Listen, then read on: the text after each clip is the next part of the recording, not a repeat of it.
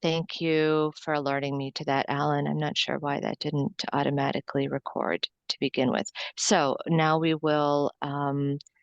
will bring the presentation back up and we'll resume the presentation.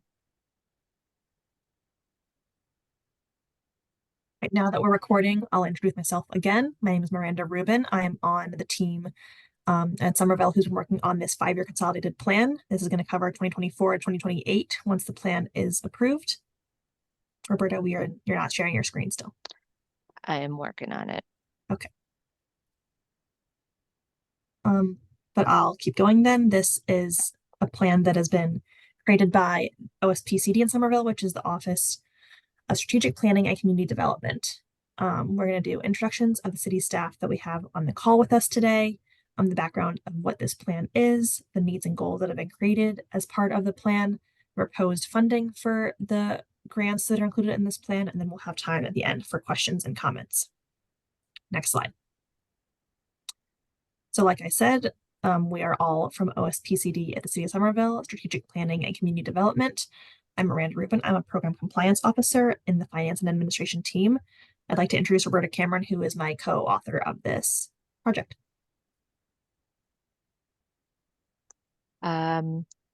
My apologies. I am off camera right now, but that is my face that you can see on the screen. Roberta Cameron. I'm the Community Preservation Act Manager, and I have been contributing as a member of the OSPCD Administration and Finance team to preparing this 5-year consolidated plan.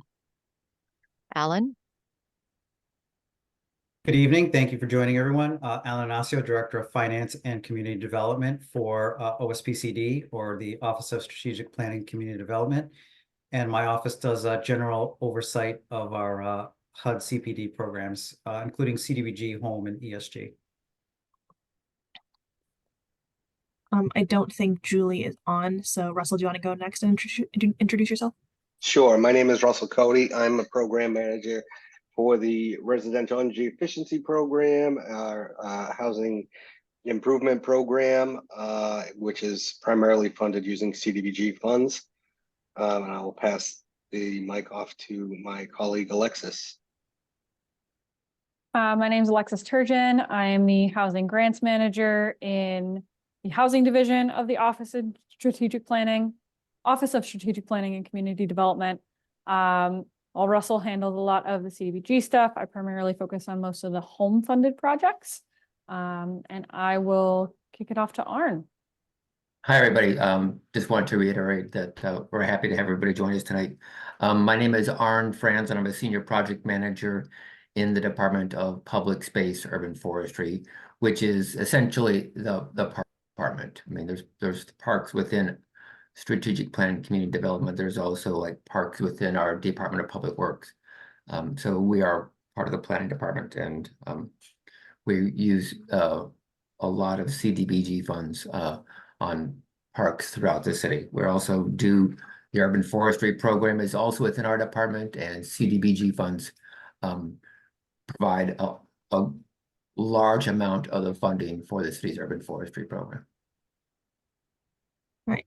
Thank you all. That's all the city staff that we have on the call. They'll be here to answer any questions that pertain to their programs at the end of the call. Next slide, please. So just a little background on what the 5-year plan is. So this is kind of setting 5-year goals for how the City of Somerville is going to use this money that we receive annually as an entitlement grant from the federal government, from the Department of Housing and Urban Development, or HUD, as we'll call it from here on out. Within the 5-year plan is an annual action plan, which we will create this year as part of the 5-year plan process, and then every year subsequent through 2028 to deal with specificity of this money. The money that comes from these programs is dealing with housing and community development needs, largely for low moderate income persons in Somerville. In the plan, we set goals and develop strategies to address the local needs. We did a lot of data gathering, and then we are following a very exact template that HUD has given us and answering their specific language and questions. But it really is a document that's going to help us for the next 5 years to coordinate federal, state, local money through the department, through OSPCD. Next slide. So on the background of the outreach that we did as part of the creation of this plan. We held 3 public meetings in the winter time, one in East Somerville, one in Union Square, and one remotely. We created an online survey that had over 300 respondents of persons throughout the city. We went to different departments across the city, nonprofits and government entities, and we interviewed 26 different groups or individuals, and then we attended 6 meetings of existing groups in Somerville as well. So we did this is the most thorough outreach that we've done as part of the 5-year plan in recent history in Somerville. From all this outreach, we found some prevailing themes. The biggest need, I'm sure no surprise to anyone, is housing. There's need for housing, need for affordable housing at all levels, all types of housing, rental, ownership, low, moderate, even high, of course, income, but low, moderate is the larger concern of this project. Another need that came up was the need for community spaces. Public facilities to kind of have community spaces, community events in are lacking in the city. Some of the city's assets are not usable at the moment, just due to their disrepair. And then like open space as well, outdoors, parks, neighborhood infrastructure, sidewalks, things of that nature were a noted concern. And then public service programs, which is a subcategory of the funding of the CDBG program. I don't know if I've said yet, CDBG is the Community Development Block Grant. That's what that stands for. And some of the programs that were noted more than others were child care, nutrition, and workforce readiness. Next slide. So these are the 3 grants that we receive as part of this plan from HUD. This is all anticipated numbers because we do not yet have the allocation from the government yet. As you all are aware, if you're paying attention to the news, there has not been set a budget or allocation plan for this federal government, so we do not have our funding yet. But this is estimated from what we've received in the past. We'll receive about $2.5 million in the CDBG funding. We will receive about $450,000 from home and $200,000 from ESG. CDBG is the most wide-ranging of the grants. It can be used for a variety of projects: economic development, parks and open space, public services, and affordable housing. The home money is only used to further affordable housing projects, and the ESG money is all for homelessness prevention, support, shelters, and rapid rehousing, and those at risk of homelessness as well. Next slide. So part of the structure of this plan is to create priority needs, and then underneath those to create goals.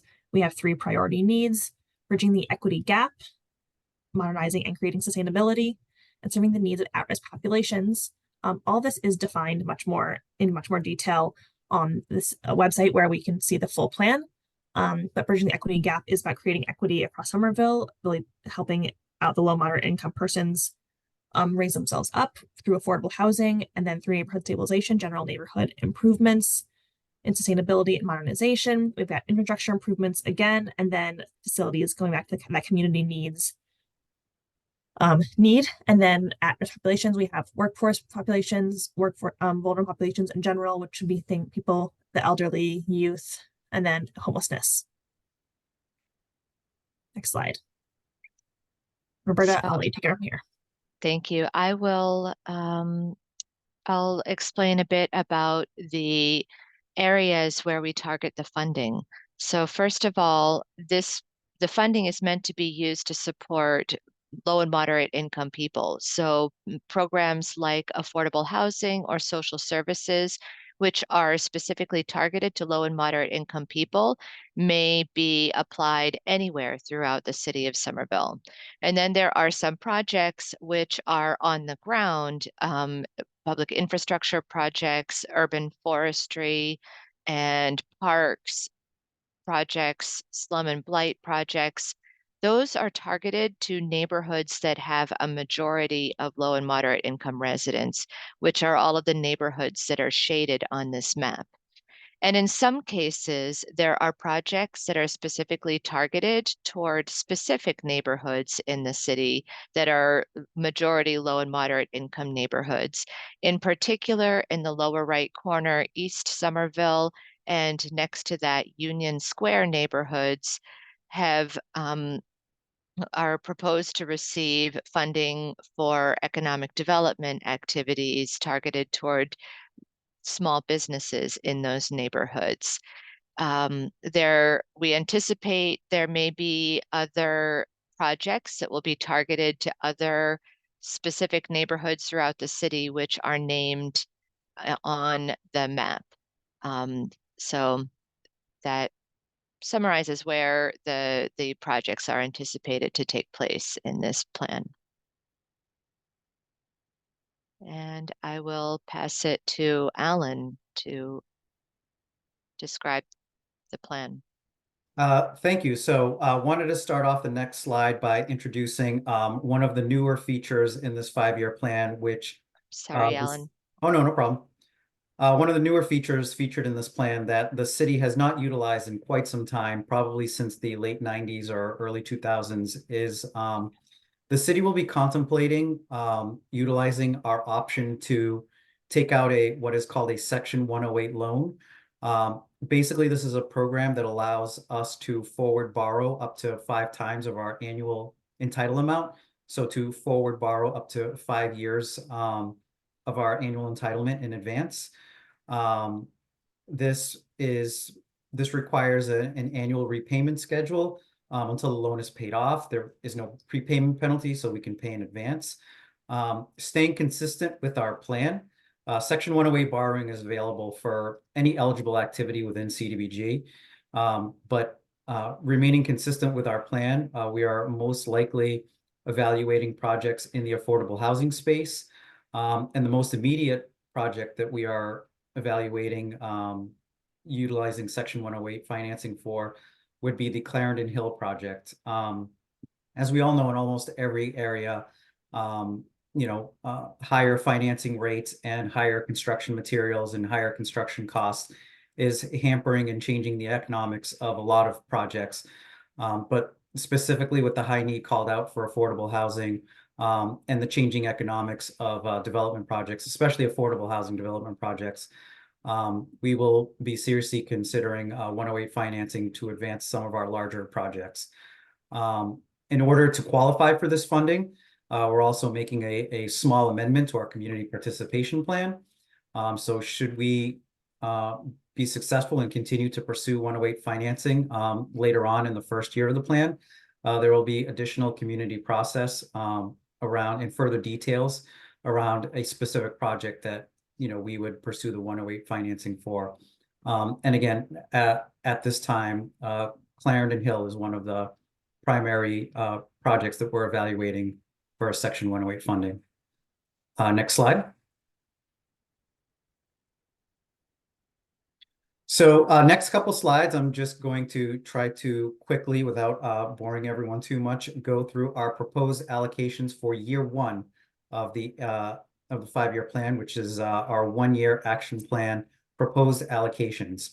And again, a lot of this was taken from the outreach and evaluation given.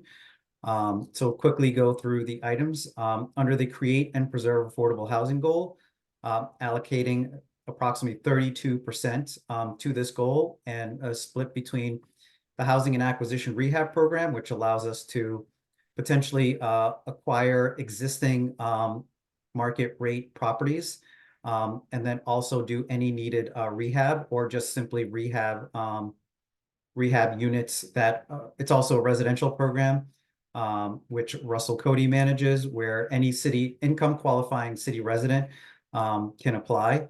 And it's open to both homeowners and tenant units.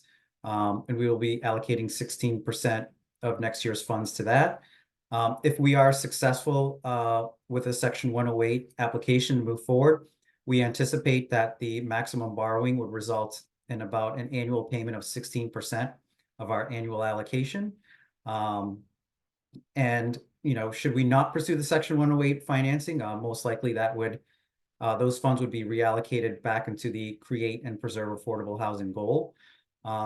Neighborhood stabilization and revitalization, we anticipate 6% of next year's funding will go to our small business support programs. Infrastructure and environment improvements, approximately targeting 2%, And one caveat note here is if you'll note this relatively small allocation, a lot of that also that we factored in is currently there's a lot of other available funding sources for infrastructure projects. So don't want to take up too much time or too much allocation space with these precious funds if, you know, the city is also evaluating infrastructure funds in other areas. For parks and open space, we're planning to allocate roughly 12%. Urban forestry, we've been able to build up a robust city budget for our tree planting programs. And then also we've done a lot of planting in previous years in the CDBG eligible census tracts. But we are going to maintain some annual funding in that program, 2%. And then also new in this year's plans to address our community spaces needs. And one of the emerging themes that came through our outreach is slums and blight.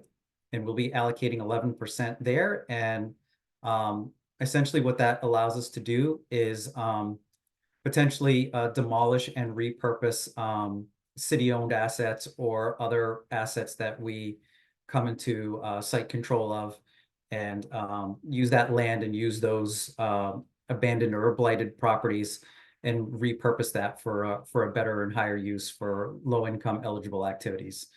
And finally, support vulnerable populations and workforce readiness. We will remain to stick with our annual commitment of meeting our 15% allowable cap under the grant. And same with our planning and administration cap, which allows us to run the program. We will plan to utilize the full 20% administrative cap. So that's a rundown of CDBG. I'll go through the next couple programs, and I invite Alexis Turgeon, our home program manager, if, you know, at any point in the activities, if she has anything to add, please feel free to turn on your camera and jump in, but I'll go through these quickly. So as Miranda mentioned in one of the first screens, home is mainly eligible for new home development and home housing creation support services. So all of the home funds will fall under the Create and Preserve Affordable Housing goal. Traditionally, we have funded tenant-based rental assistance. However, with the additional supplemental allocation of home ARP that we have, along with other available funding, for the first year of the annual action plan, we don't necessarily have a need from our home funds for a tenant-based rental allocation for the first program year. However, we are holding this project as a potential project in subsequent 5-year plan years. Also, we have, which we use quite often with our inclusionary homebuyer program, we have a closing cost assistance program for any income eligible first-time home buyer in the city. And it doesn't have to exclusively be for inclusionary units, although we use it a lot with that program. It can be for any income qualifying home buyer going through the first-time home buying process. And then the bulk of, you know, in accordance again with market conditions and the need right now, we shifted some funds mainly from TBRA to the housing special projects, which will allow us to allocate the most funding we can to new housing development projects and, you know, fill those funding gaps as they're coming up from increased construction costs, increased financing costs, et cetera. And then the last 3 buckets, similar CDBG, are standard administrative cap budgets that we will fulfill our obligation to fund. So our local CHOTO, which for the time being is primarily Somerville Community Corporation, will receive 15% of the maximum CHOTO set aside and 5% of the maximum CHOTO operating set aside. And then the city will retain its allowable 10% administrative cap to run the program. And then finally, on the ESG program, we run an annual RFP along with the CDBG Public Services to the local homelessness providers in the city. And we will allocate essentially 100% of that program to those agencies to meet the homelessness needs of the city. 92% will go to direct services, and then we will allocate our 7.5% administrative fee to the administrative needs of those awarded agencies. So that covers through the annual funding for the first year. Moving on to next steps. Next steps in the process is we are concluding our public outreach tonight. This is the final draft hearing. We do have a public comment period open. The draft plan is available online. The comment period is open through 5/24. You can see the link below if you'd like to read the full plan. Comments can be made to Miranda Rubin. There is also an OSPCD at Somerville MA email that those comments can go to. We will take any and all public comments will be acknowledged and responded to, and that will be part of the final record for the plan. And we are also in the process of bringing the plan to City Council for City Council approval. And so hopefully we have a hard deadline of August 15th to submit to the HUD field office in Boston.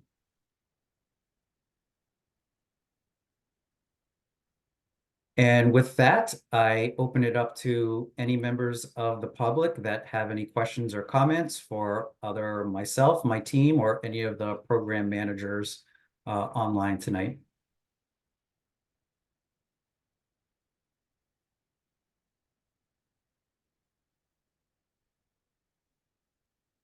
Hey, Alan, it's Arn. I just have a question. So just want to review something. This is the 5-year plan. And so this is a projection of needs and projects for the next 5 years.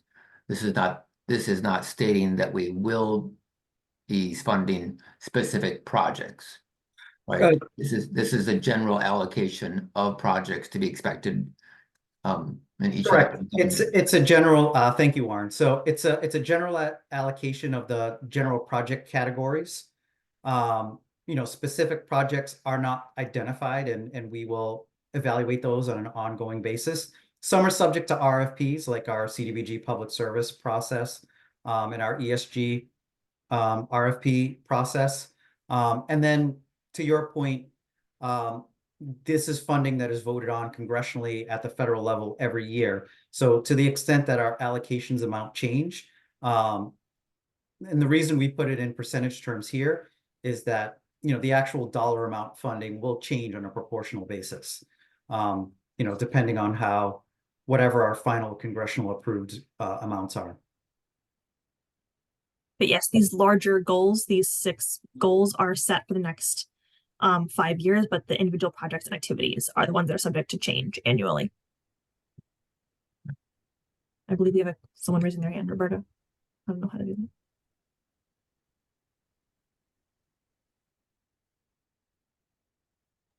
And also feel free to put your question in the chat if that is easier.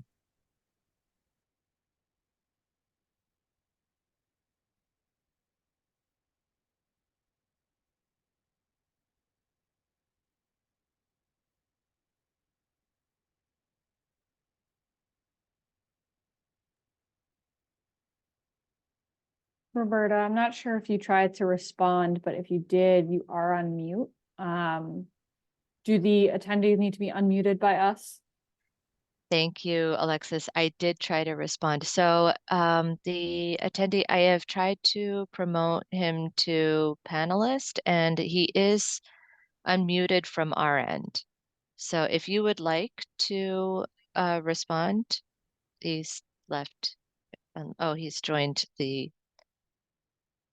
So if you would like to ask if you have a question or a comment you'd like to share with us, Zachary. Awesome, thank you. And apologies for the slight technical difficulties. My name is Zach Baum. I'm one of the board members. I'm currently serving as president of the board of Union Square Main Streets. I appreciate the invitation to this meeting. I had 2 questions. One, for the amount that was allocated, it looks like 150,000 across the city for Main Street projects. I was curious how that compared to previous years' allocations.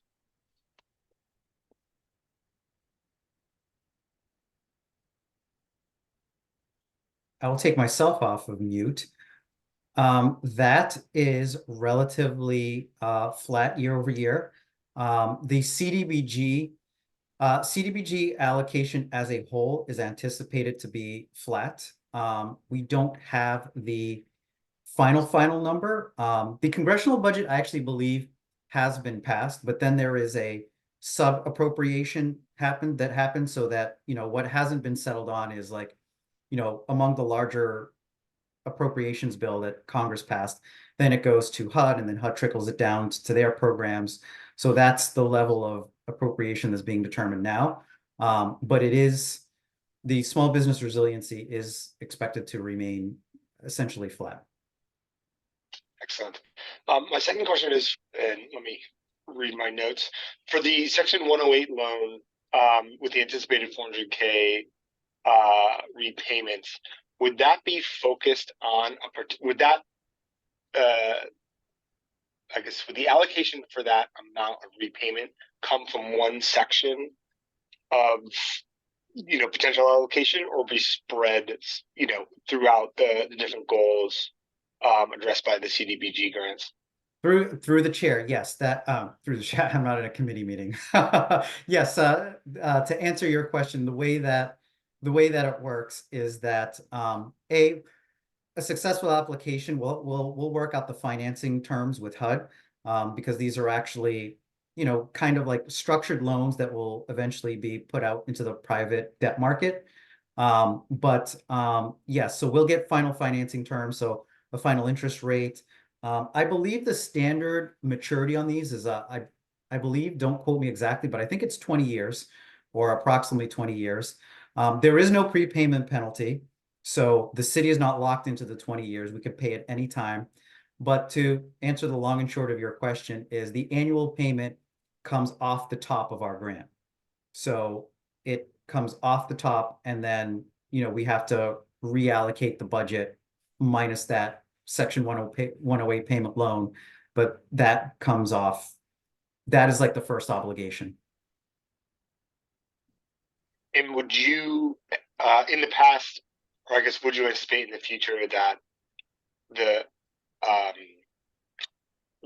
I guess the pain of that, to put it mildly, of that reduced budget would be felt equally throughout the budget, or focused on the area for which the loan was secured? That's a good question. To some extent, every area could potentially feel some impact. We have to do some internal analysis and also figure out any unused funds from any projects we haven't closed out and see what we can recapture on that end. And then in the projects we're evaluating, we're also trying to evaluate projects that may have relatively quicker repayment periods than the 20 years. We obviously don't want to lock up our CDBG, you know, take a significant portion off the top for a 20-year life of the program. So there's various mechanisms that, you know, can allow us to pay it back. We can structure a loan with the end developer, like a sub loan to the end developer. We can try to use collateral if there's any collateral in any of their projects that we can secure back, any land to sell. You know, we'll evaluate all the financing options to minimize the amortization or the payback period as much as possible. But it will really be project specific, and it's hard to say without knowing the exact finance terms, the exact project, and the economics of that project. Understood. Appreciate that. Thank you so much. Yep.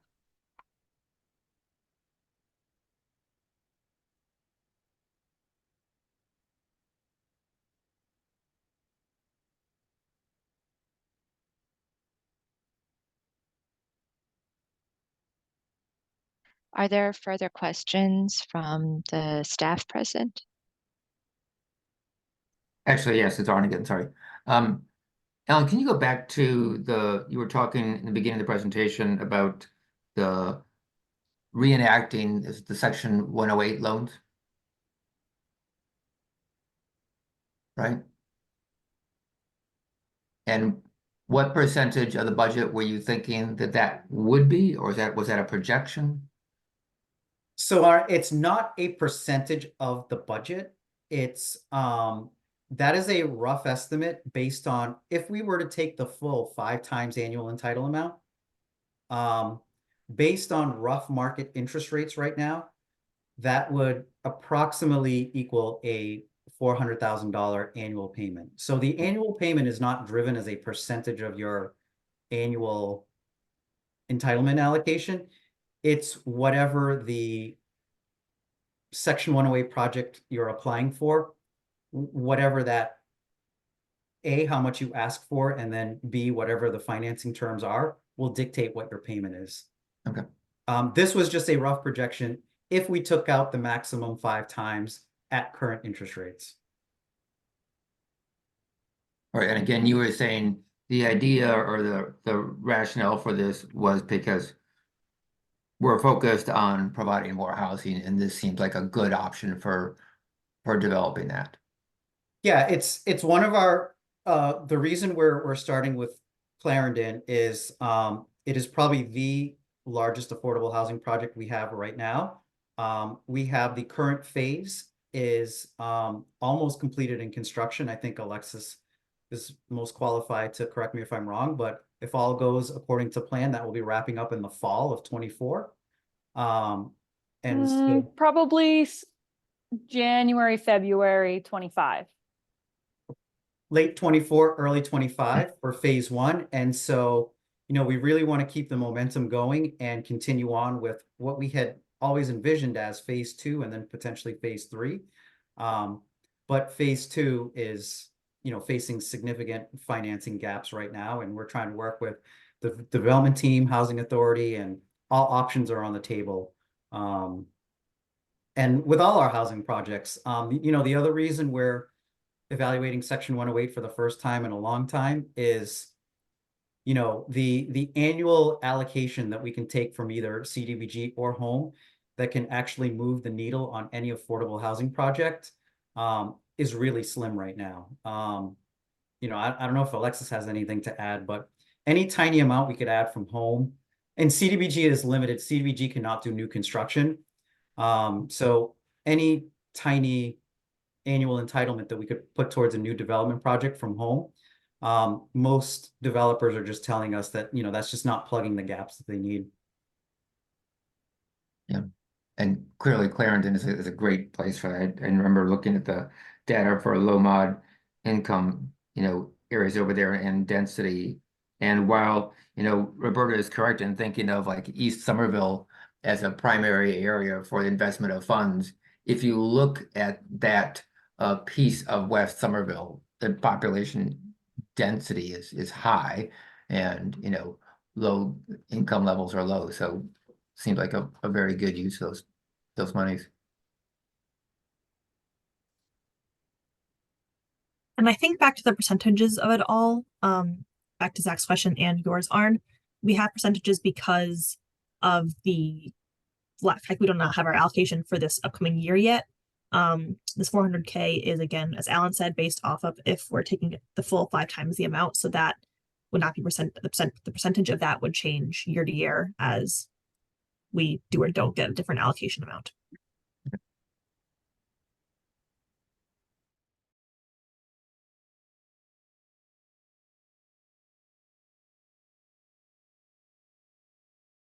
Are there further questions?